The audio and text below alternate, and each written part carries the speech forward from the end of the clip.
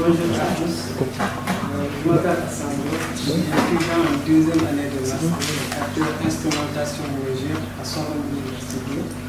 Dans cet exposé, je vous présente quelques résultats de mes travaux de stage sur la caractérisation de faux modules achetés au Burkina Faso. Alors, ce qu'il faut tout d'abord comprendre est que mes responsables de stage ont obtenu des informations selon lesquelles ils circulaient au Burkina ou en Afrique de façon générale de faux modules. Et là, il nous est nécessaire d'aller sur le terrain, acheter quelques-uns de ces modules, les étudier et vérifier ces informations. Nous avons présenté ici deux points de vente où sont achetés ces modules. Et pour l'ensemble des différents modules qui ont été achetés, nous avons établi un bilan financier qui a montré que le prix moyen d'achat du module est de 1 euro par kilowattheure. Et de 1 euro par watt-heure. Donc, par exemple, un module de 15 watt-heure, donc le prix qui a été annoncé par le vendeur est de 18 euros. Mais après négociation, le prix d'achat final est de 15 euros.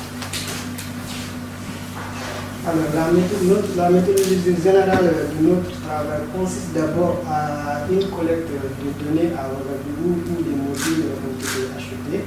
Donc là, il s'agit de faire une étude un peu socio-économique, donc à savoir faire quelques enquêtes pour connaître mieux le marché du solaire photovoltaïque, mais aussi savoir des informations concernant ces faux modules.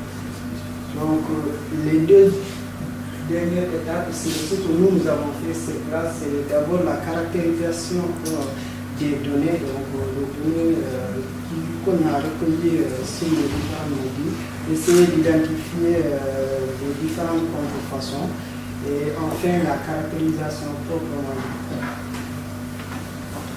Donc, les données ont été collectées à Ouagadougou. Donc, nous avons ici une vue globale des différentes boutiques où on a acheté ces modules.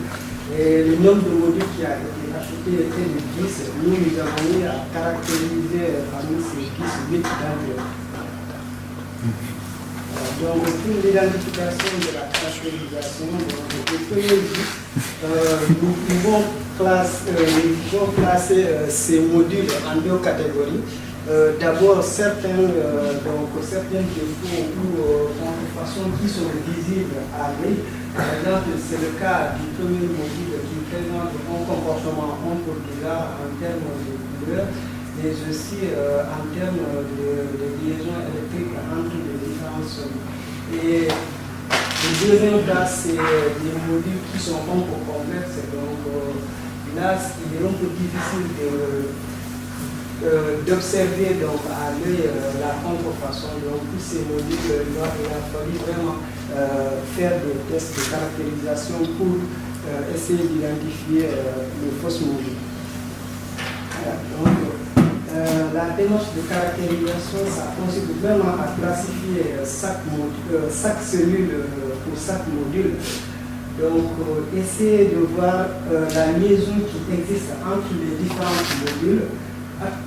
La liaison qui existe entre les différentes cellules au sein de la module, donc reproduire l'architecture électrique du module et enfin adopter notre modèle de caractérisation simulé et aussi faire des tests expérimentaux pour enfin réduire votre souci. Alors, le matériel qu'on a utilisé pour la caractérisation est présenté ici. Donc, on peut dire au niveau de la première rangée, nous avons l'ensemble des composants du système photovoltaïque. Et ici, c'est des instruments que nous avons utilisés pour constituer une unité de test. On a un microcontrôleur avec en fait, ces deux sons de température qui sont là. Et donc, on a un détecteur de rayonnement solaire qui est amplifié par ce outil. Et aussi un détecteur, donc un capteur de courant conduit qui permet de mesurer la caractéristique de tension de nos différents modules. Alors, les résultats que nous avons obtenus pour les cas qui ne sont pas trop sévères, c'est-à-dire qu'on peut facilement voir la contrefaçon. Donc, nous allons présenter ici un des résultats. Donc, c'est le module que nous avons nommé D. Donc, dans ce module, nous avons identifié que tout le groupe qui est encadré en vert est constitué de fausses cellules. Et cela est justifié à partir de nos résultats. Par ici, on a 100 mascades et ici, c'est avec de mascades. Donc, je rappelle juste que le système de mesure que nous avons utilisé, c'est juste un système de mascade des différentes cellules, puisque les différentes cellules au sein de des modules sont reliées entre eux en série, et du coup, masquer une cellule, c'est comme ouvrir le circuit. Donc, cela doit normalement, si la cellule est bonne, donc, provoquer une modification considérable de la caractéristique quantification. Par contre, si vraiment la cellule ne participe pas à cette caractérisation quantification, il n'y a pas une différence de cette caractéristique.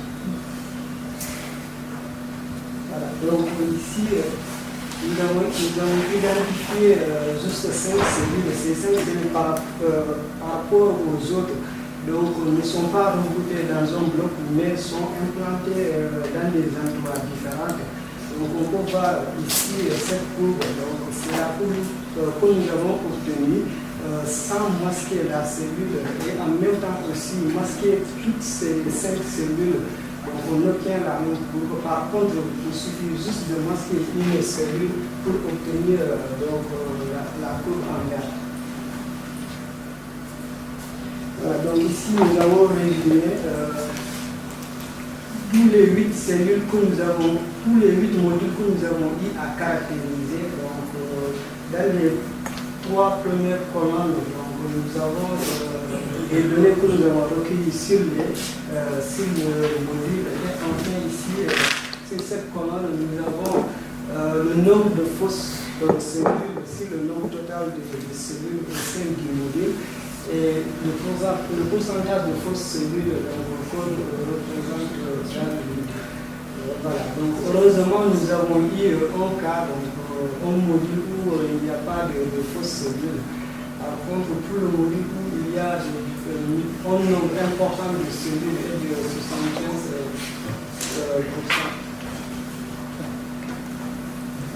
Donc, pour les perspectives que nous suggérons, voilà, d'abord c'est de développer quelques matériels de tests pour essayer de voir à chaque fois qu'est-ce qu'un module contient de fausses cellules et de voir en quelque sorte identifier ces modules de façon générale. Donc la deuxième perspective, c'est essayer d'identifier les sources du module et enfin faire une étude vraiment statistique avec un grand nombre d'échantillons de carbone et de publier ces résultats de façon officielle. Je vous remercie.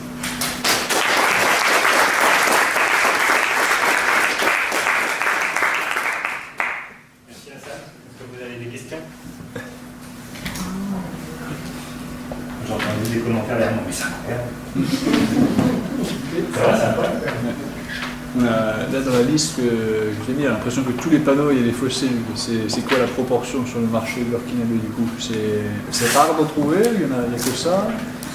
Je pense que c'est pas mal de trouver, puisque les boutiques que nous avons achetées sont choisies de façon aléatoire. Ce n'était pas difficile.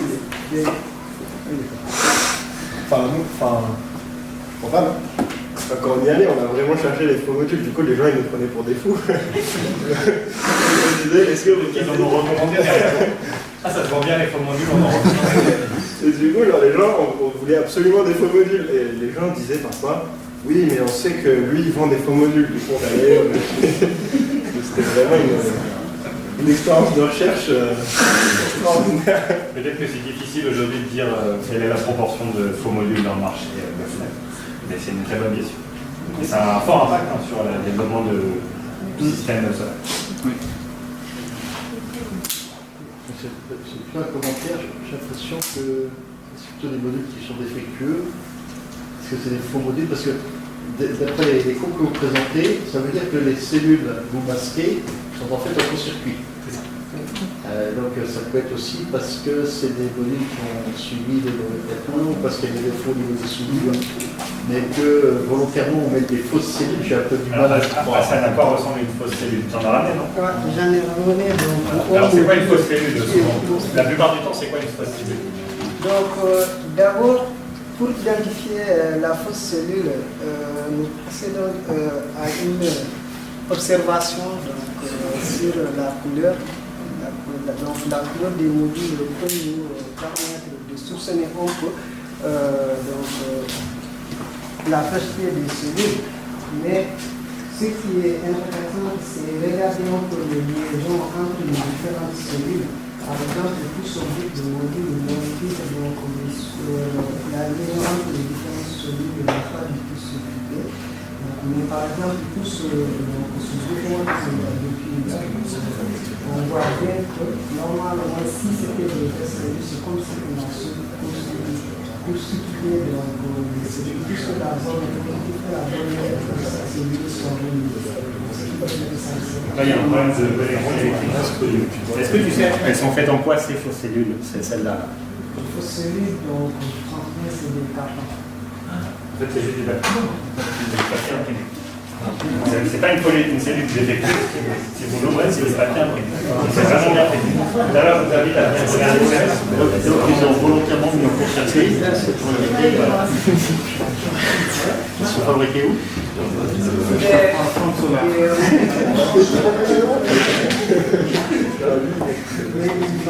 C'est le midi. Il faut quand même préciser, le France Solar, c'est juste parce que culturellement, c'est la culture des produits France au revoir. Enfin, les produits France au revoir dans le pays, il y a deux types de qualité. Il y a la qualité Shintok et la qualité France au revoir. Tous les produits utilisés qui viennent d'Europe, des États-Unis, etc., qui arrivent dans des conteneurs qui sont revendus, c'est des produits qu'on dit France au revoir. C'est de la bonne qualité. Donc probablement, il faut regarder où ils sont fabriqués, mais France Solar, c'est probablement une marque où on a mis le mot France pour illustrer la qualité. À tort, pour les producteurs français. Pour les derniers producteurs français. Merci à ça.